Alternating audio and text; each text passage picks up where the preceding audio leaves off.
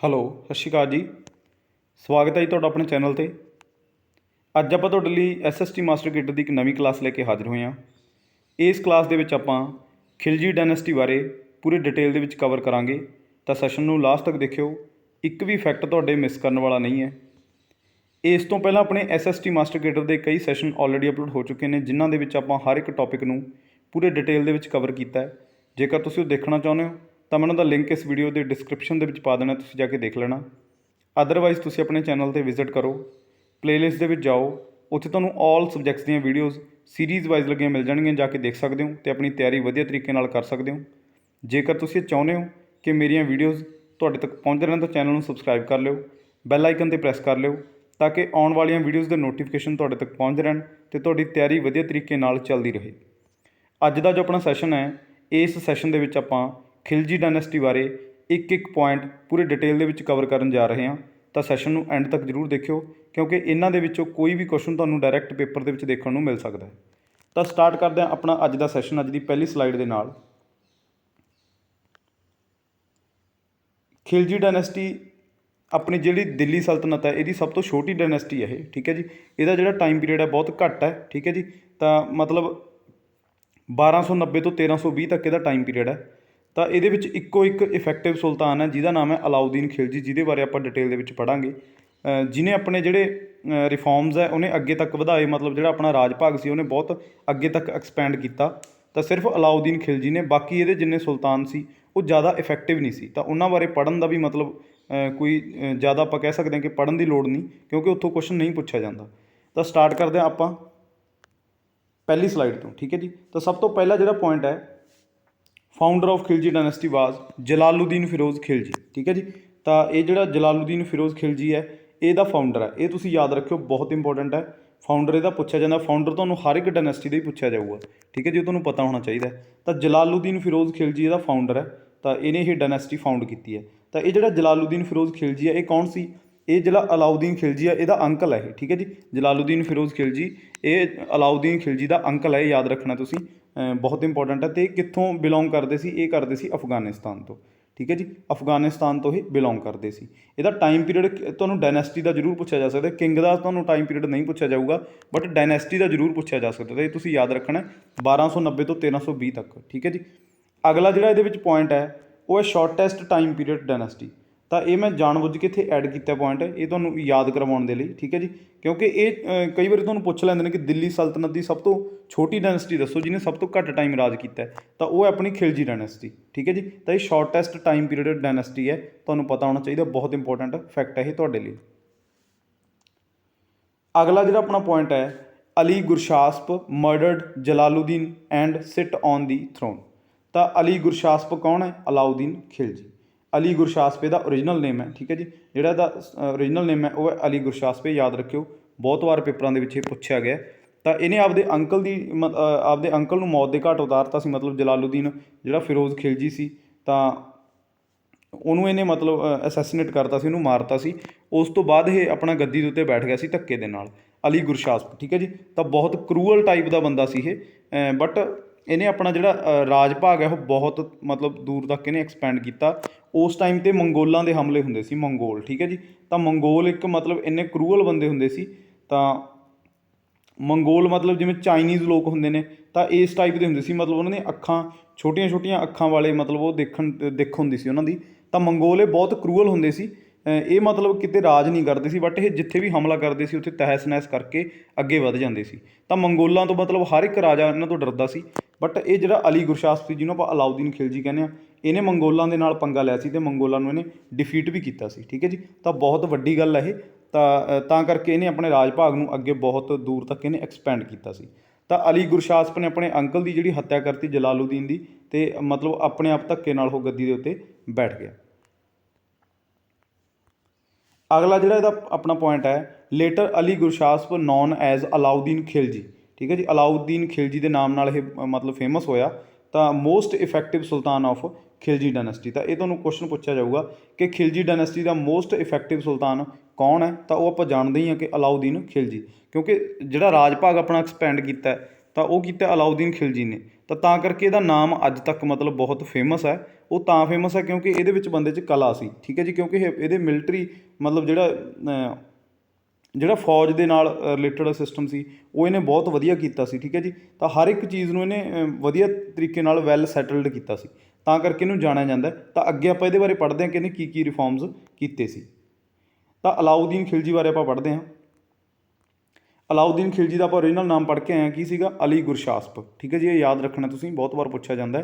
ਤਾਂ ਇੱਕ ਮੈਂ ਤੁਹਾਨੂੰ ਰਿਕੁਐਸਟ ਕਰਦਾ ਕਿ ਜੇਕਰ ਤੁਸੀਂ SST ਮਾਸਟਰ ਕੈਡਰ ਦੀ ਤਿਆਰੀ ਕਰ ਰਹੇ ਹੋ, ਠੀਕ ਹੈ ਜੀ, ਤਾਂ ਸਟੈਪ ਬਾਏ ਸਟੈਪ ਤੁਸੀਂ ਆਪਣੀਆਂ ਕਲਾਸਾਂ ਲਗਾਓ, ਕਿਉਂਕਿ ਆਪਾਂ ਇਹਦੇ ਵਿੱਚ ਸਟੈਪ ਬਾਏ ਸਟੈਪ ਹੀ ਅੱਗੇ ਵਧਦੇ ਆ ਰਹੇ ਹਾਂ। ਸਭ ਤੋਂ ਪਹਿਲਾਂ ਆਪਾਂ ਹਿਸਟਰੀ ਕੰਪਲੀਟ ਕਰਾਂਗੇ, ਇਸ ਤੋਂ ਬਾਅਦ ਆਪਾਂ ਪੋਲਿਟੀ, ਫਿਰ ਜੋਗਰਾਫੀ, ਠੀਕ ਹੈ ਜੀ। ਜਿੰਨੇ ਵੀ ਤੁਹਾਡੇ ਸਿਲੇਬਸ ਦੇ ਅਕੋਰਡਿੰਗ ਤੁਹਾਡੇ ਟੌਪਿਕ ਬਣਦੇ ਨੇ ਉਹ ਹਰ ਇੱਕ ਟੌਪਿਕ ਆਪਾਂ ਤੁਹਾਡਾ ਕਲੀਅਰ ਕਰਨਾ। ਤਾਂ ਤੁਸੀਂ ਬੈਕ ਟੂ ਬੈਕ ਕਲਾਸਾਂ ਲਗਾਉਂਦੇ ਆਇਓ ਜੇਕਰ ਤੁਸੀਂ ਵਧੀਆ ਤਰੀਕੇ ਨਾਲ SST ਮਾਸਟਰ ਕੈਡਰ ਦੇ ਵਿੱਚੋਂ ਸਕੋਰ ਕਰਨਾ ਚਾਹੁੰਦੇ ਹੋ, ਠੀਕ ਹੈ ਜੀ। ਤਾਂ ਵਧੀਆ ਤਰੀਕੇ ਨਾਲ ਆਪਣੀ ਤਿਆਰੀ ਕਰੋ। ਤਾਂ ਇੱਕ ਵੀ ਫੈਕਟ ਆਪਾਂ ਤੁਹਾਡਾ ਮਿਸ ਨਹੀਂ ਹੋਣ ਦਿੰਦੇ। ਐਂਡ ਦੇ ਉੱਤੇ ਆਪਾਂ ਕੁਐਸਚਨ ਵੀ ਆਪਾਂ ਇਹਦੇ ਡਿਸਕਸ ਕਰਾਂਗੇ, ਤਾਂ ਬਣੇ ਰਹੋ ਆਪਣੇ ਚੈਨਲ ਦੇ ਉੱਤੇ। ਅਤੇ ਬਾਕੀ ਵੀ ਜਿੰਨੇ ਆਪਣੇ ਸੈਸ਼ਨ ਜਿਵੇਂ ਕਿ ਲੂਸੈਂਟ GK ਦਾ ਉਹ ਆਪਾਂ ਅਪਲੋਡ ਕਰਦੇ ਹਾਂ, ਉਹ ਵੀ ਤੁਸੀਂ ਜ਼ਰੂਰ ਦੇਖਿਆ ਕਰੋ। ਉਹ ਵੀ ਤੁਹਾਨੂੰ ਆਉਣ ਵਾਲੇ ਪੇਪਰਾਂ ਦੇ ਵਿੱਚ ਬਹੁਤ ਫਾਇਦਾ ਦੇਣਾ ਉਹਨੇ, ਠੀਕ ਹੈ ਜੀ। ਤਾਂ ਅਲਾਉਦੀਨ ਖਿਲਜੀ ਬਾਰੇ ਆਪਾਂ ਪੜ੍ਹਦੇ ਹਾਂ। ਤਾਂ ਅਲਾਉਦੀਨ ਖਿਲਜੀ ਡਿਫੀਟਡ ਮੰਗੋਲਸ, ਠੀਕ ਹੈ ਜੀ। ਮੰਗੋਲਾਂ ਨੂੰ ਹਰਾਉਣਾ ਇੱਕ ਬਹੁਤ ਵੱਡੀ ਗੱਲ ਸੀ ਉਹ ਟਾਈਮ ਦੇ ਉੱਤੇ, ਠੀਕ ਹੈ ਜੀ। ਮੰਗੋਲਾਂ ਤੋਂ ਹਰ ਇੱਕ ਜਿਹੜਾ ਕਿੰਗ ਸੀ ਉਹ ਡਰਦਾ ਸੀ। ਤਾਂ ਡਰ ਕੇ ਆਪਣਾ ਮਤਲਬ ਕਈ ਵਾਰੀ ਆਪਣਾ ਜਿਹੜਾ ਥਰੋਨ ਹੈ, ਆਪਣਾ ਰਾਜ ਭਾਗ ਹੈ, ਉਹ ਛੱਡ ਕੇ ਵੀ ਭੱਜ ਜਾਂਦੇ ਸੀ। ਮਤਲਬ ਇੰਨਾ ਕਿ ਇਹਨਾਂ ਦਾ ਡਰ ਸੀ ਮੰਗੋਲਾਂ ਦਾ, ਠੀਕ ਹੈ ਜੀ। ਤਾਂ ਅਲਾਉਦੀਨ ਖਿਲਜੀ ਨੇ ਇਹਨਾਂ ਨੂੰ ਡਿਫੀਟ ਕੀਤਾ ਸੀ ਮੰਗੋਲਾਂ ਨੂੰ। ਤਾਂ ਇਹ ਬਹੁਤ ਵੱਡੀ ਗੱਲ ਹੈ, ਤਾਂ ਕਰਕੇ ਇਹ ਬਹੁਤ ਫੇਮਸ ਹੋਇਆ ਸੀ Alauddin Khilji. He set up an open recruitment for army. ਤਾਂ ਸਭ ਤੋਂ ਪਹਿਲਾ ਜਿਹੜਾ ਰਿਫੋਰਮ ਇਹਨੇ, ਇਹ ਬਹੁਤ ਵੱਡਾ ਰਿਫੋਰਮ ਸੀ, ਠੀਕ ਹੈ ਜੀ। ਅੱਜ ਤੱਕ ਇਹ ਰਿਫੋਰਮ ਨਹੀਂ ਹੋਇਆ ਸੀ, ਕਿਉਂਕਿ ਉਸ ਟਾਈਮ 'ਤੇ ਉਹਨਾਂ ਟਾਈਮਾਂ ਦੇ ਵਿੱਚ ਕੀ ਹੁੰਦਾ ਸੀ ਕਿ ਜਿਹੜੇ ਆਮ ਲੋਕ ਸੀ, ਮਤਲਬ ਜਿਹੜੀ ਆਮ ਜਨਤਾ ਸੀ, ਉਹਨਾਂ ਨੂੰ ਵੀ ਯੁੱਧ ਦੇ ਵਿੱਚ ਲੜਨਾ ਪੈਂਦਾ ਸੀ ਰਾਜੇ ਤੋਂ, ਕਿਉਂਕਿ ਉਹ ਰਾਜੇ ਤੋਂ ਡਰਦੇ ਸੀ, ਠੀਕ ਹੈ ਜੀ। ਰਾਜੇ ਜਦੋਂ ਰਾਜੇ ਦਾ ਹੁਕਮ ਹੁੰਦਾ ਸੀ ਕਿ ਹੁਣ ਆਪਣਾ ਯੁੱਧ ਹੋਣਾ ਦੂਸਰੇ ਰਾਜੇ ਦੇ ਨਾਲ, ਤਾਂ ਉਹ ਸਾਰੇ ਆਮ ਲੋਕਾਂ ਨੂੰ ਵੀ ਹਥਿਆਰ ਚੁੱਕਣੇ ਪੈਂਦੇ ਸੀ, ਉਹਨਾਂ ਨੂੰ ਲੜਨਾ ਪੈਂਦਾ ਸੀ। ਤਾਂ ਸਭ ਤੋਂ ਪਹਿਲਾਂ ਤਾਂ ਇਹਨੇ ਇਹੀ ਚੀਜ਼ ਦਾ ਮਸਲਾ ਹੱਲ ਕੀਤਾ। ਇਹਨੇ ਇੱਕ ਓਪਨ ਰਿਕਰੂਟਮੈਂਟ, ਜਿਵੇਂ ਕਿ ਅੱਜ ਆਪਣੀਆਂ ਭਰਤੀਆਂ ਹੁੰਦੀਆਂ ਨੇ ਫੌਜ ਦੀਆਂ, ਤਾਂ ਉਸ ਟਾਈਮ 'ਤੇ ਨੇ ਇੱਕ ਰਿਕਰੂਟਮੈਂਟ ਕੱਢੀ, ਭਰਤੀ ਕੱਢੀ ਕਿ ਇਹਦੇ ਵਿੱਚ ਤੁਹਾਨੂੰ ਮਤਲਬ ਪ੍ਰੋਪਰ ਤਰੀਕੇ ਨਾਲ ਤਨਖਾਹ ਮਿਲੂਗੀ, ਠੀਕ ਹੈ ਜੀ। ਪ੍ਰੋਪਰ ਤੁਹਾਡੀ ਯੂਨੀਫਾਰਮ ਹੋਊਗੀ। ਤਾਂ ਇੱਕ ਆਰਮੀ ਇਹਨੇ ਸੈਟਲ ਕੀਤੀ। ਸਭ ਤੋਂ ਪਹਿਲਾ ਕੰਮ ਇਹਨੇ ਇਹੀ ਕੀਤਾ। ਤਾਂ ਬਹੁਤ ਵੱਡਾ ਕੰਮ ਸੀ ਇਹ, ਅੱਜ ਤੱਕ ਇਹ ਨਹੀਂ ਹੋਇਆ ਸੀ ਦਿੱਲੀ ਸਲਤਨਤ ਦੇ ਵਿੱਚ। ਤਾਂ ਇਹਨੇ ਆਪਣੀ ਓਪਨ ਰਿਕਰੂਟਮੈਂਟ ਸਟਾਰਟ ਕੀਤੀ ਆਰਮੀ ਦੇ ਲਈ। ਤਾਂ ਆਰਮੀ ਸੈਟਲ ਕੀਤੀ ਸਭ ਤੋਂ ਪਹਿਲਾਂ ਤਾਂ ਇਹਨੇ। ਬਹੁਤ ਵੱਡਾ ਇਹ ਰਿਫੋਰਮ ਸੀ। ਇਹ ਤੁਸੀਂ ਯਾਦ ਰੱਖਿਓ, ਪੁੱਛਿਆ ਜਾਂਦਾ ਕਿ ਓਪਨ ਰਿਕਰੂਟਮੈਂਟ ਕਿਹਨੇ ਸਟਾਰਟ ਕੀਤੀ ਜਾਂ ਆਪਣੀ ਆਰਮੀ ਸਭ ਤੋਂ ਪਹਿਲਾਂ ਕਿਹਨੇ ਸੈੱਟ ਕੀਤੀ? ਤਾਂ ਅਲਾਉਦੀਨ ਖਿਲਜੀ ਨੇ। ਅਗਲਾ ਜਿਹੜਾ ਪੁਆਇੰਟ ਹੈ, ਹੀ ਗੇਵ ਸੈਲਰੀ ਟੂ ਆਰਮੀ। ਤਾਂ ਇਹ ਸਭ ਤੋਂ ਵੱਡਾ ਮਤਲਬ ਰਿਫੋਰਮ ਸੀ ਇਹ ਵੀ, ਕਿਉਂਕਿ ਜੇਕਰ ਆਪਾਂ ਆਰਮੀ ਰਿਕਰੂਟ ਕਰਦੇ ਹਾਂ ਤਾਂ ਉਹਨਾਂ ਨੂੰ ਕੋਈ ਨਾ ਕੋਈ ਮਤਲਬ ਇਹ ਤਾਂ ਹੈ ਨਹੀਂ ਕਿ ਉਹ ਫ੍ਰੀ ਦੇ ਵਿੱਚ ਕੰਮ ਕਰਨਗੇ। ਤਾਂ ਇਹਨੇ ਸੈਲਰੀ ਵੀ ਉਹਨਾਂ ਦੀ ਮਤਲਬ ਰੱਖੀ, ਇੱਕ ਵਧੀਆ ਤਰੀਕੇ ਦੀ ਸੈਲਰੀ ਸੀ। ਤਾਂ ਸੈਲਰੀ ਵੀ ਇਹਨੇ ਆਰਮੀ ਨੂੰ ਦੇਣ ਦੇ ਲਈ ਮਤਲਬ ਆਪਣਾ ਇੱਕ ਵਾਅਦਾ ਕੀਤਾ। ਤਾਂ ਇਹ ਵੀ ਇੱਕ ਬਹੁਤ ਵੱਡਾ reform C. Then he started ਦਾਗ ਐਂਡ ਹੂਲੀਆ ਸਿਸਟਮ। ਤਾਂ ਇਹ ਜਿਵੇਂ ਆਪਣੀ ਯੂਨੀਫਾਰਮ ਹੁੰਦੀ ਹੈ, ਇਹਨੂੰ ਤੁਸੀਂ ਇਸ ਤਰੀਕੇ ਨਾਲ ਯਾਦ ਕਰ ਸਕਦੇ ਹੋ। ਦਾਗ ਆਪਾਂ ਕਹਿ ਸਕਦੇ ਹਾਂ ਕਿ ਦਾਗ ਦੇਣਾ, ਘੋੜਿਆਂ ਦੇ ਉੱਤੇ ਮਤਲਬ ਦਾਗ ਦਿੱਤਾ ਜਾਂਦਾ ਸੀ, ਕਿਉਂਕਿ ਇਹ ਨਹੀਂ ਪਤਾ ਲੱਗਦਾ ਸੀ ਆਰਮੀ ਦੇ ਵਿੱਚ ਕਿ ਇਹ ਮਤਲਬ ਜਿਹੜੇ ਜਦੋਂ ਯੁੱਧ ਹੁੰਦਾ ਸੀ ਕਈ ਮਤਲਬ ਧੋਖਾ ਕਰ ਜਾਂਦੇ ਸੀ ਰਾਜੇ ਦੇ ਨਾਲ, ਕਿਉਂਕਿ ਉਹ ਦੂਸਰੀ ਆਰਮੀ ਦੇ ਵੱਲੋਂ ਲੜਨ ਲੱਗ ਜਾਂਦੇ ਸੀ। ਤਾਂ ਕਰਕੇ ਇਹਨੇ ਦਾਗ ਸਿਸਟਮ ਚਲਾਇਆ ਕਿ ਮਤਲਬ ਘੋੜੇ ਪਹਿਚਾਨਣ ਦੇ ਵਿੱਚ ਬਹੁਤ ਮਤਲਬ ਦਿੱਕਤ ਹੋ ਰਹੀ ਸੀ। ਤਾਂ ਘੋੜੇ ਪਹਿਚਾਨਣ ਦੇ ਵਿੱਚ ਸੌਖ ਕਰਨ ਦੇ ਲਈ ਇਹਨੇ ਦਾਗ ਸਿਸਟਮ ਚਲਾਇਆ ਕਿ ਇਹ ਪਤਾ ਚੱਲ ਜੂ ਕਿ ਇਹ ਦਾਗ ਵਾਲਾ ਘੋੜਾ ਮਤਲਬ ਅਲਾਉਦੀਨ ਖਿਲਜੀ ਦਾ ਘੋੜਾ ਹੈ, ਠੀਕ ਹੈ ਜੀ। ਤਾਂ ਦਾਗ ਸਿਸਟਮ ਚਲਾਇਆ। ਹੂਲੀਆ ਮਤਲਬ ਉਹੀ ਆਪਾਂ ਕਹਿ ਸਕਦੇ ਹਾਂ ਕਿ ਯੂਨੀਫਾਰਮ। ਮਤਲਬ ਇਹਨੇ ਇਹ ਕੰਮ ਸੈੱਟ ਕੀਤਾ, ਇਹਨੇ ਇਹ ਚੀਜ਼ ਕਿ ਤੁਹਾਡਾ ਇੱਕ ਹੂਲੀਆ ਹੋਣਾ ਚਾਹੀਦਾ। ਹੂਲੀਆ ਮਤਲਬ ਕਿ ਯੂਨੀਫਾਰਮ ਹੋਣੀ ਚਾਹੀਦੀ ਹੈ ਕਿ ਮੈਨੂੰ ਇਹ ਕਿਵੇਂ ਪਤਾ ਲੱਗੂ ਕਿ ਤੁਸੀਂ ਵੀ ਇਹ ਆਰਮੀ ਮੇਰੀ ਹੈ ਜਾਂ ਕਿਸੇ ਹੋਰ ਦੀ ਹੈ, ਠੀਕ ਹੈ ਜੀ। ਤਾਂ ਤੁਹਾਡਾ ਇੱਕ ਹੂਲੀਆ ਪ੍ਰੋਪਰ ਤੁਹਾਡੀ ਯੂਨੀਫਾਰਮ ਹੋਣੀ ਚਾਹੀਦੀ ਹੈ। ਤਾਂ ਦਾਗ ਅਤੇ ਹੂਲੀਆ ਸਿਸਟਮ ਇਹ ਪੁੱਛਦੇ ਹੈ ਪੇਪਰਾਂ ਦੇ ਵਿੱਚ, ਬਹੁਤ ਵਾਰ ਪੁੱਛਿਆ ਗਿਆ ਕਿ ਦਾਗ ਅਤੇ ਹੂਲੀਆ ਸਿਸਟਮ ਕਿਹਨੇ ਚਲਾਇਆ? ਤਾਂ ਇਹ ਚਲਾਇਆ ਅਲਾਉਦੀਨ ਖਿਲਜੀ ਨੇ। ਸਭ ਤੋਂ ਪਹਿਲਾਂ ਇਹਨੇ ਆਰਮੀ ਸੈੱਟ ਕੀਤੀ, ਆਰਮੀ ਨੂੰ ਵਧੀਆ ਤਰੀਕੇ ਦੀ ਸੈਲਰੀ ਦਿੱਤੀ। ਦਾਗ ਅਤੇ ਹੂਲੀਆ ਸਿਸਟਮ ਮਤਲਬ ਇਹਨੇ ਪੂਰਾ ਵੈਲ ਸੈਟਲਡ ਪਲਾਨ ਆਪਣਾ ਇਹਨੇ ਬਣਾਇਆ, ਤਾਂ ਕਿ ਇਹ ਮਤਲਬ ਕਿਉਂਕਿ ਆਰਮੀ ਸਭ ਤੋਂ ਵੱਡੀ ਚੀਜ਼ ਸੀ ਉਸ ਟਾਈਮ 'ਤੇ, ਹਮਲਾਵਰ ਬਹੁਤ ਆਉਂਦੇ ਸੀ। ਤਾਂ ਆਰਮੀ ਪਹਿਲਾਂ ਸੈਟਲ ਕਰਨਾ ਤਾਂ ਬਹੁਤ ਵੱਡੀ ਗੱਲ ਸੀ ਇਹ। ਤਾਂ ਦਾਗ ਅਤੇ ਹੂਲੀਆ ਸਿਸਟਮ ਅਤੇ ਆਰਮੀ ਨੂੰ ਸੈਲਰੀ, ਇਹ ਤੁਸੀਂ ਯਾਦ ਰੱਖਿਓ। 3 ਪੁਆਇੰਟ ਬਹੁਤ ਇੰਪੋਰਟੈਂਟ ਨੇ, ਪੁੱਛੇ ਜਾਂਦੇ ਨੇ। ਅਗਲਾ ਜਿਹੜਾ ਆਪਣਾ ਪੁਆਇੰਟ ਹੈ, he started a unit of land measurement called biswa, ਠੀਕ ਹੈ ਜੀ। ਤਾਂ ਲੈਂਡ ਮੇਜਰਮੈਂਟ ਦੀ ਇਹਨੇ ਮਤਲਬ ਇੱਕ ਯੂਨਿਟ ਲਾਂਚ ਕੀਤੀ ਮਤਲਬ ਜਿਹੜਾ ਆਪਾਂ ਭੂਮੀ ਨੂੰ ਮਾਪਦੇ ਹਾਂ, ਠੀਕ ਹੈ ਜੀ, ਭੂਮੀ ਦੀ ਪੈਮਾਇਸ਼ ਦੇ ਲਈ। ਜਿਵੇਂ ਅੱਜ ਕੱਲ੍ਹ ਪਟਵਾਰੀ ਹੈ ਜਿਹੜੇ ਉਹ ਜ਼ਰੀਬ ਦਾ ਮਤਲਬ ਪ੍ਰਯੋਗ ਕਰਦੇ ਨੇ, ਠੀਕ ਹੈ, ਜ਼ਰੀਬ ਦੇ ਨਾਲ ਆਪਾਂ ਉਹ ਮਾਪਦੇ ਹਾਂ। ਤਾਂ ਉਸ ਟਾਈਮ 'ਤੇ ਨੇ ਮਈਅਰਮੈਂਟ ਦੇ ਲਈ, ਲੈਂਡ ਦੀ ਮਈਅਰਮੈਂਟ ਦੇ ਲਈ ਇੱਕ ਯੂਨਿਟ ਲਾਂਚ ਕੀਤੀ, ਬਿਸਵਾ ਦਾ ਨਾਮ ਰੱਖਿਆ ਗਿਆ, ਠੀਕ ਹੈ ਜੀ। ਦੇਖੋ ਤੁਸੀਂ ਇਹ ਬੰਦੇ ਦਾ ਕਿੰਨਾ ਮਤਲਬ ਇਹਦਾ ਦਿਮਾਗ ਇਹਦਾ ਸ਼ਾਰਪ ਹੋਊਗਾ, ਕਿਉਂਕਿ ਉਹਨਾਂ ਟਾਈਮਾਂ ਦੇ ਵਿੱਚ ਇਹ ਸੋਚਣਾ ਵੀ ਬਹੁਤ ਵੱਡੀ ਗੱਲ ਸੀ। ਤਾਂ ਇਹ ਇੱਕ ਲੈਂਡ ਮੀਅਰਮੈਂਟ ਬਿਸਵਾ ਜਿਹੜੇ ਇਹ ਯੂਨਿਟ ਸੀ, ਇਹ ਕਿਹਨੇ ਲਾਂਚ ਕੀਤੀ ਆ, ਤੁਹਾਨੂੰ ਪੁੱਛਿਆ ਜਾਊਗਾ, ਬਹੁਤ ਵਾਰ ਪੁੱਛਿਆ ਗਿਆ। ਤਾਂ ਇਹ ਕੀਤੀ ਅਲਾਉਦੀਨ ਖਿਲਜੀ ਨੇ। ਬਹੁਤ ਇੰਪੋਰਟੈਂਟ ਪੁਆਇੰਟ ਹੈ ਇਹ। ਅਗਲਾ ਜਿਹੜਾ ਆਪਣਾ ਪੁਆਇੰਟ ਹੈ, he set up market control system. ਸਭ ਤੋਂ ਵੱਡੀ ਗੱਲ ਇਹਨੇ ਇਹ ਕੀਤੀ, ਠੀਕ ਹੈ ਜੀ, ਕਿਉਂਕਿ ਮਾਰਕੀਟ ਦੇ ਵਿੱਚ ਪਹਿਲਾਂ ਕੀ ਹੁੰਦਾ ਸੀ ਕਿ ਪਹਿਲਾਂ ਜਿਹੜੇ ਰਾਜੇ ਹੁੰਦੇ ਸੀ, ਜਦੋਂ ਉਹਨਾਂ ਦੇ ਕੋਲ ਮਤਲਬ ਧਨ ਦੌਲਤ ਖਤਮ ਹੋ ਜਾਂਦੀ ਸੀ ਤਾਂ ਉਹ ਆਮ ਜਨਤਾ ਦੇ ਕੋਲੋਂ ਲੁੱਟਣਾ ਸ਼ੁਰੂ ਕਰ ਦਿੰਦੇ ਸੀ। ਮਤਲਬ ਜਿਹੜੀ ਆਮ ਜਨਤਾ ਸੀ ਉਹ ਹਰਾਸ ਹੁੰਦੀ ਸੀ। ਇਹਨੇ ਮਤਲਬ ਇੱਕ ਮਾਰਕੀਟ ਕੰਟਰੋਲ ਸਿਸਟਮ ਹੀ ਇਹੋ ਜਿਹਾ ਬਣਾਤਾ ਕਿ ਮਤਲਬ ਅਮੀਰ ਗਰੀਬ ਵਾਲਾ ਕਨਸੈਪਟ ਹੀ ਇਹਨੇ ਖਤਮ ਕਰਤਾ, ਠੀਕ ਹੈ ਜੀ।